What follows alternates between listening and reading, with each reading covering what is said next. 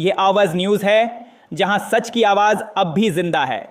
अगर आप भी सच्ची पत्रकारिता के साथ हैं तो वीडियो को लाइक करें और चैनल को सब्सक्राइब करें। राहुल गांधी ने बिहार चुनाव से ठीक पहले प्रेस कॉन्फ्रेंस कर बड़ा दावा किया कि उन्होंने वोट चोरी के सबूत जुटा लिए हैं, जिसे उन्होंने हाइड्रोजन बम बताया।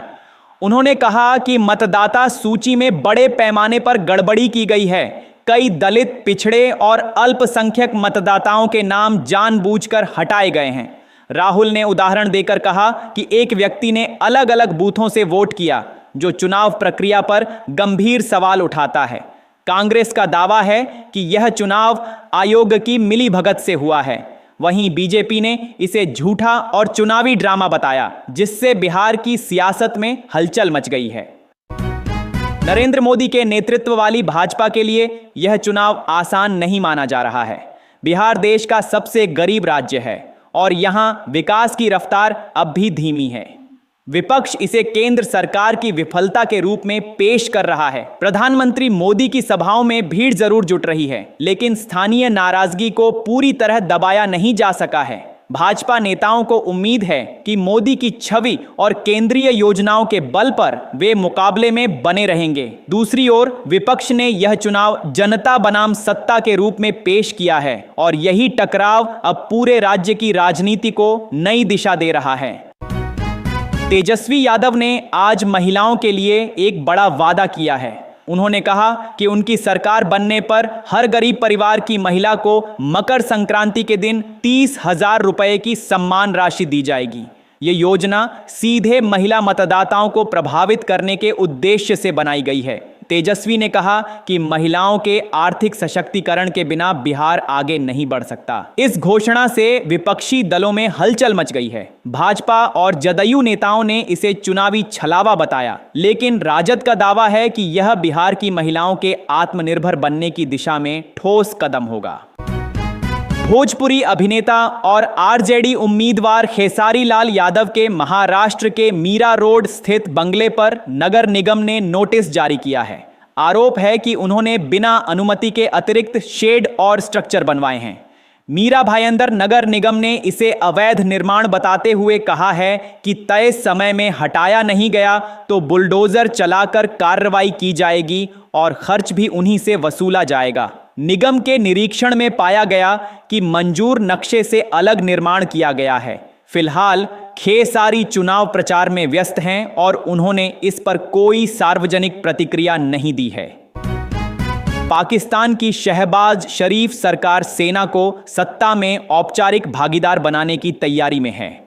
खबरों के मुताबिक सरकार 27वें संविधान संशोधन का मसौदा तैयार कर रही है, जिसके तहत आर्मी चीफ आसिम मुनीर को फील्ड मार्शल का दर्जा और अतिरिक्त संवैधानिक शक्तियां दी जा सकती हैं।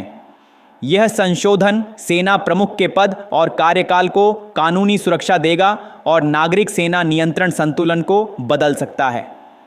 विपक्षी दलों ने इस कदम को लोकतंत्र के लिए खतरा बताया है, जबकि सरकार का कहना है कि यह राष्ट्रीय सुरक्षा और स्थिरता के हित में एक संस्थागत सुधार है।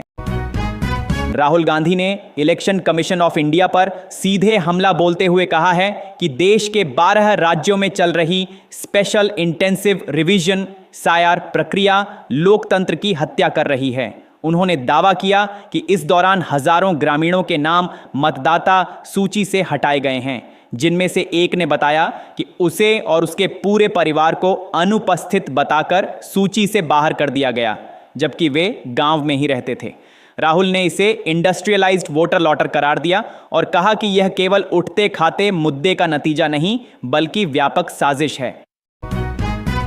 अमेरिका चुनाव में जीत दर्ज करते ही ममदानी ने पूर्व राष्ट्रपति डोनाल्ड ट्रंप को खुली चुनौती दी। उन्होंने कहा, अगर आप देख रहे हैं तो आवाज तेज कर लीजिए, प्रवासियों को छूने से पहले 100 बार सोच लेना।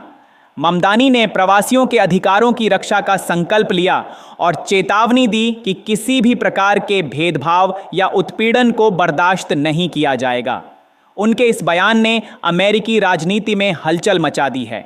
समर्थकों ने इसे प्रवासियों की आवाज बताया, जबकि विरोधियों ने इसे राजनीतिक बयान करार दिया।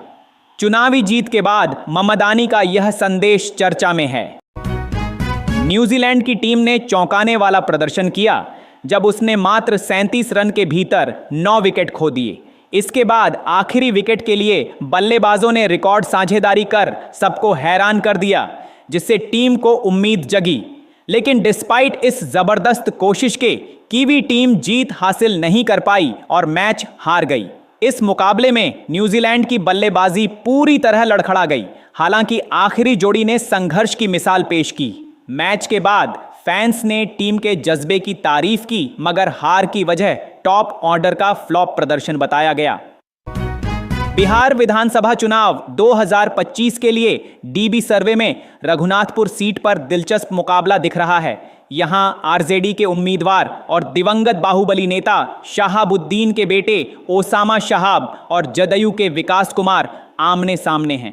सर्वे के मुताबिक ओसामा को शहाबुद्दीन की विरासत और मुस्लिम यादव वोट बैंक का बड़ा लाभ मिल रहा है, जबकि विकास कुमार स्थानीय विकास कार्यों और नीतीश सरकार की योजनाओं के सहारे टक्कर दे रहे हैं। दोनों के बीच मुकाबला कड़ा माना जा रहा है, पर शुरुआती रुझानों में ओसामा शहाब को बढ़त मिलती दिख रही है। पूर्व अमेरिकी राष्ट्रपति बराक ओबामा ने हाल ही में अपने राजनीतिक प्रभाव और लोकप्रियता से ट्रंप पर भारी पड़े। विश्लेषकों का मानना है कि 2028 के राष्ट्रपति चुनाव में दोनों पुराने प्रतिद्वंद्वी फिर आमने सामने आ सकते हैं। ओबामा के समर्थक उनकी सोच और नेतृत्व शैली को लेकर उत्साहित हैं, जबकि ट्रंप के समर्थक उनकी रणनीति और व्यक्तिगत छवि पर भरोसा जताते हैं। राजनीतिक हलकों में इस संभावित मुकाबले को लेकर पहले से ही चर्चा शुरू हो गई है। यदि ऐसा हुआ तो अमेरिकी राजनीति का यह मुकाबला इतिहास में दर्ज होगा और चुनावी समीकरणों को पूरी तरह बदल सकता है। अमेरिका ने हाल ही में मिनटमैन फेराई मिसाइल का परीक्षण किया, जिससे वैश्विक स्तर पर परमाणु खतरे की चिंता बढ़ गई है। यह परीक्षण रणनीतिक रूप से बेहद संवेदनशील माना जा रहा है और दुनिया भर में सुरक्षा विशेषज्ञों में हड़कंप मच गया है। अमेरिका ने इसे रक्षात्मक उद्देश्य बताया, लेकिन कई देशों ने इसे तनावपूर्ण संकेत के रूप में देखा। मिसाइल परीक्षण के कारण वैश्विक सुरक्षा और परमाणु संतुलन पर सवाल उठने लगे हैं। अंतर्राष्ट्रीय समुदाय ने संयम बरतने और वार्ता के जरिए स्थिति को नियंत्रित करने की अपील की है, ताकि क्षेत्रीय और वैश्विक तनाव बढ़ने से बचा जा सके। बिलासपुर में हुई दर्दनाक ट्रेन हादसे में अब तक 11 लोगों की मौत हो चुकी है। घटना में 20 घायल यात्रियों का इलाज स्थानीय अस्पतालों में जारी है। जानकारी के अनुसार यह हादसा तब हुआ जब एक मालगाड़ी पर पैसेंजर मेमो चढ़ गया। रेल अधिकारियों ने राहत और बचाव कार्य तेज कर दिया है। हादसे के कारण रेल सेवा प्रभावित हुई है और प्रशासन ने जांच शुरू कर दी है। मृतकों के परिजनों को मुआवजा और हर संभव सहायता देने की घोषणा की गई है, जबकि घायलों के स्वास्थ्य पर चिकित्सकों की निगरानी जारी है। पुलिस ने बड़ी कार्रवाई करते हुए 12 लीटर शराब के साथ 2 तस्करों समेत कुल 20 शराबियों को गिरफ्तार किया। कार्रवाई के दौरान शराब की तस्करी और अवैध बिक्री पर रोक लगाने के लिए छापेमारी की गई। गिरफ्तारी के बाद आरोपियों के खिलाफ संबंधित धाराओं के तहत मामला दर्ज किया गया है। पुलिस ने बताया कि यह कार्रवाई क्षेत्र में कानून और शांति बनाए रखने के लिए की गई। पुलिस अधिकारियों ने लोगों से अपील की है कि वे अवैध शराब से दूर रहें और ऐसे मामलों की सूचना तुरंत दें। उत्तर प्रदेश के मुख्यमंत्री योगी आदित्यनाथ ने मुख्तार अंसारी जैसे माफियाओं से खाली कराई गई भूमि पर बने 72 फ्लैट गरीबों को आवंटित किए। इस अवसर पर मुख्यमंत्री ने कहा कि उस समय के सत्ताधारी माफियाओं के सामने घुटने टेकते थे, लेकिन वर्तमान सरकार ने कानून का पूरा पालन कर गरीबों को उनके हक दिलाए। फ्लैट आवंटन के दौरान लाभार्थियों में खुशी की लहर देखने को मिली। मुख्यमंत्री ने अधिकारियों को निर्देश दिए कि ऐसे सभी परियोजनाओं में पारदर्शिता और समय पर वितरण सुनिश्चित किया जाए, ताकि गरीबों को उनके अधिकारों से वंचित न किया जा सके। दिल्ली में वायु गुणवत्ता खतरनाक स्तर पर पहुंच गई है। एयर क्वालिटी इंडेक्स AQI खराब से लेकर बेहद खराब और गंभीर श्रेणी में दर्ज किया गया है, जिससे सांस लेने में परेशानी बढ़ रही है।